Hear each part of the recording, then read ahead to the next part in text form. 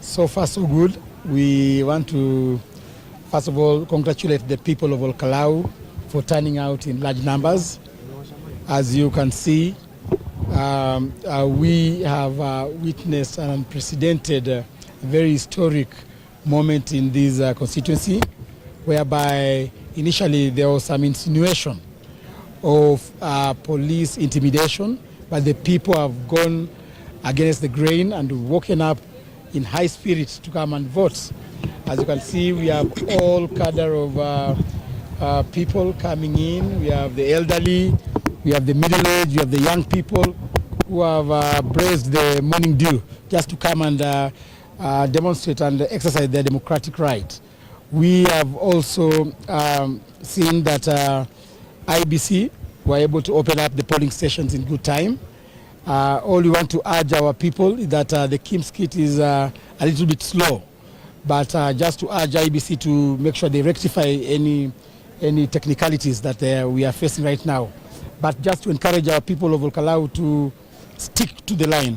However long it takes to be on that line, kindly do it for Kenyans, because these are moments whereby all Kenyans are going to witness how government has been pumping in resources against the law, against the code of conduct, electoral code of conduct. But I'm sure that the people of Ol-Kalou will disappoint them. We have had incidences last evening. We had some incidents whereby plain police officers were attacked a village, but we were able to calm that down and to report that everything is okay, save of vehicles, government vehicles moving around without number plates. We have asked our people that we will not allow any government vehicle or any vehicle whatsoever to move around without identification. The same applies to the police officers who have been deployed here today. We want all the police officers to be accountable of their actions, and therefore we'll be demanding that all police officers must ensure that they display their force number to the citizenry of Ol-Kalou.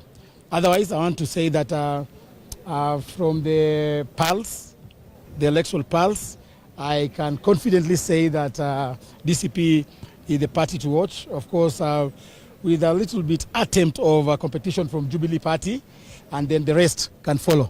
Yeah. Kufikia sasa una imani kuwa mchakato unaendelezwa kwa njia huru na haki?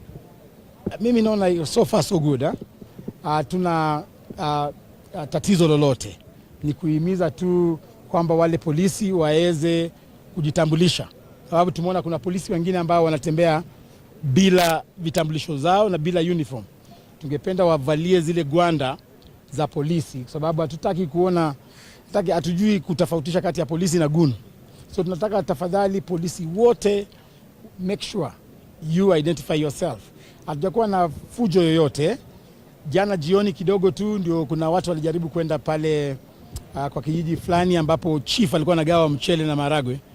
Wakaweza kuleta fujo sana kule, lakini watu wetu waliweza kuhakikisha kwamba fujo hiyo imekuwa calm down, na watu Ol-Kalou ni watu wa amani. Tuko na uhakika tunaenda kuibuka washindi, na kusema tu kwamba hii itakuwa funzo kwa hii serikali ya kiimla.